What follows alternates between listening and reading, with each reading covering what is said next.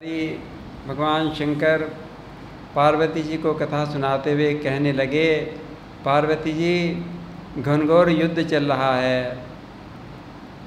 इधर राम जी की सेना के वीर वानर भालू जब युद्ध के बाद घायल होके युद्ध के विश्राम के बाद घायल होके आते हैं, अपने शिविर में आते हैं, तो राम जी की कृपा विलोकनी का ऐसा करिश्मा होता है, में तो सारे के सारे विगत श्रम हो जाते हैं, सारा थकान मिट जाता है, स्वस्थ हो जाते हैं, सारे रोग मिट जाते हैं और उत्साह बढ़ जाता है। और उधर लंका के हाल क्या थे, राक्षस घायल होके जाते हैं तो लंका के तो सारे अस्पताल भर गए, शोक छा गया, हाय हाय करने लगे। रावण पूछता है मंत्रियों से कि मंत्रियों बताओ हमारी सेना के क्या हाल हैं।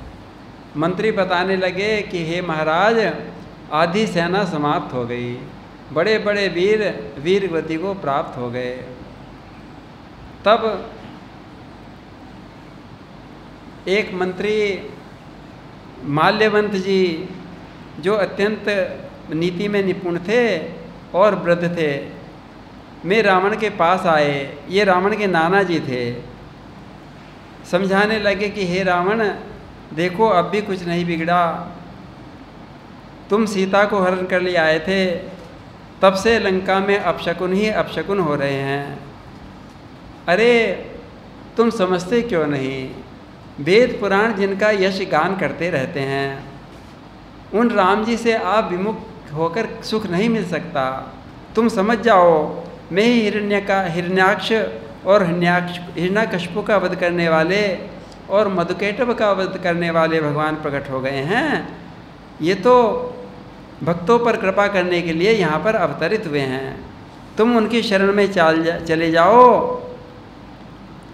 उन्हें तो ब्रह्मा जी भी उनके चरणों की सेवा करते हैं, शंकर जी भी उनकी आराधना करते हैं, तुम उनसे बैर क्यों कर रहे हो? उनसे बैर छोड़ दो, जानकी जी को राम जी को दे दो, मैं तो कृपा के समुद्र हैं, तुम्हें क्षमा कर देंगे। परिहरि बैर देहु पे देहि, श्री राम जय भजहु कृपा निधि परम स्नेही।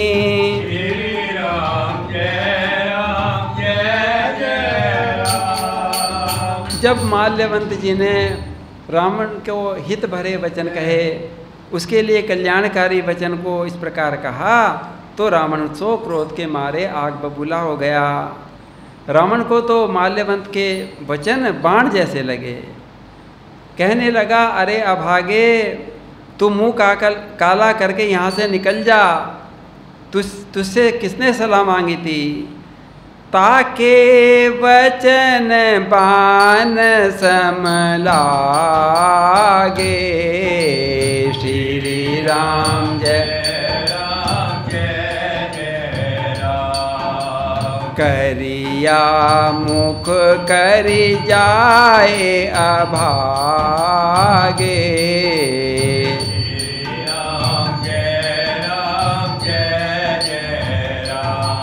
जब रावण ने अपने नाना को इस प्रकार डांटा और कहने लगा, तू बूढ़ा हो गया, नहीं तो मैं तुझे अभी मार डालता, अब मेरी आंखों के सामने नाना अपना मुंह छिपाकर यहाँ से निकल जा।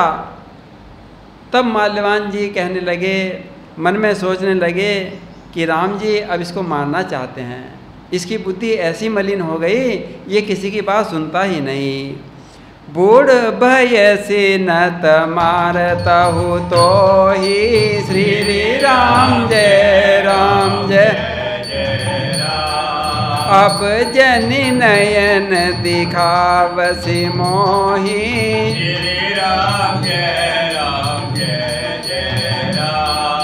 तेहि अपने मन अस अनुमाना,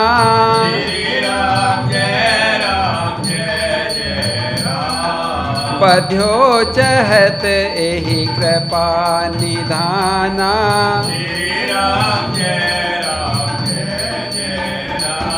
और माल्यवंत मंत्री रावण का नाना तो रावण को दुर्वचन कहता हुआ वहाँ से उठकर चला गया।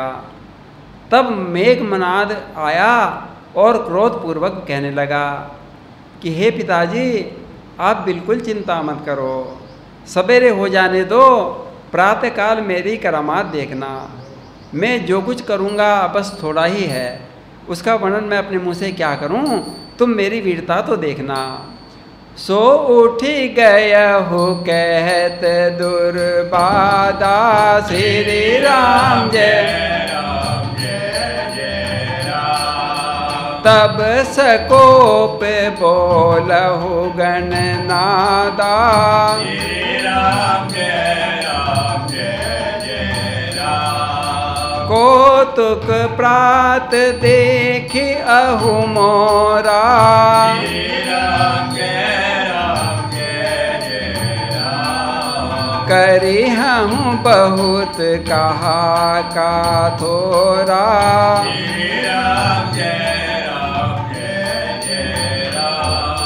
और उसके वचनों से, मेघनाद के वचनों से तो रावण बड़ा प्रसन्न हो गया। उसने मेघनाद को पुचकार कर अपनी गोद में बिठा लिया। रावण को पुत्र के वचन का भरोसा आ गया और निश्चिंत होकर वो तो बैठ गया। विचार करते करते ही सवेरा हो गया और जैसे ही प्रातःकाल हुआ, वानरों की सेना तो रावण के फाटक पर फिर आ गई।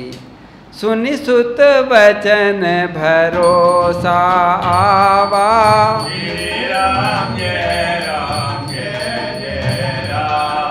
प्रीत समेत अंक बैठावा, श्री राम जय राम। करत विचार भयहु भिनु सारा, श्री राम जय राम। लागे कपि पुनि चहूँ दुआरा, श्री राम जय राम। प्रातःकाल हो गया, वानर सेना आ गई और उन्होंने तो किले को, दुर्गम किले को चारों ओर से घेर लिया और क्रोध करके मैं तो नगर में कोलाहल मचाने लगा। सारे नगर में कोलाहल मच गया कि वानर आग सेना आ गई, वानर सेना आ गई। राक्षस बहुत प्रकार के अस्त्र शस्त्र लेकर धारण करके मैं तो दौड़ पड़े और किले पर से पहाड़ों के शिखर ढहाने लगे। वानरों के ऊपर तरह तरह के पर्वत शिलाएं फेंकने लगे। कोटि कपिन दुर्घट घटो घेरा, श्री राम जय राम। नगर कोलाहल भयहु घनेरा, श्री राम जय राम। पिपिया युध धर निश्चर धाये, श्री राम गढ़ते पर्वत शिखर ढहाए, श्री राम जय राम। बड़े बड़े काले काले राक्षस किले की दीवार पर शिखर पर चढ़ गए और वहाँ से बड़े बड़े पर्वतों के शिखर अनेक प्रकार के गोले चलने लगे। ऐसे गोले ऐसा गहराते हुए वज्रपात के समान जैसे बिजली गिर रही हो।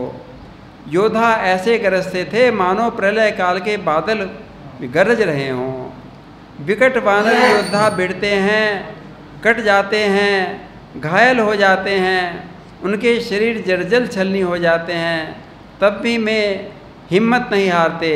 रामादल है ना, पहाड़ के समान उन पहाड़ को उठा कर मैं उल्टे वापस किले पर ही फेंक देते हैं।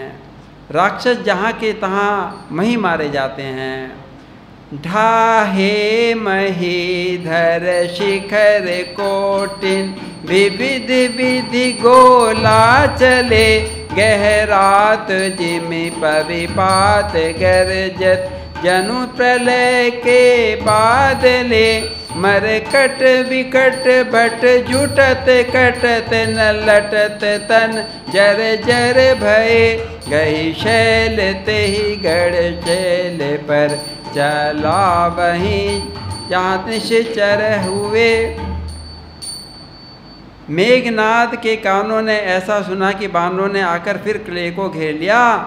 तब वह वीर किले से उतरा और डंका बजाकर मैदान में आ गया। सामने से लड़ाई प्रारंभ हो गई।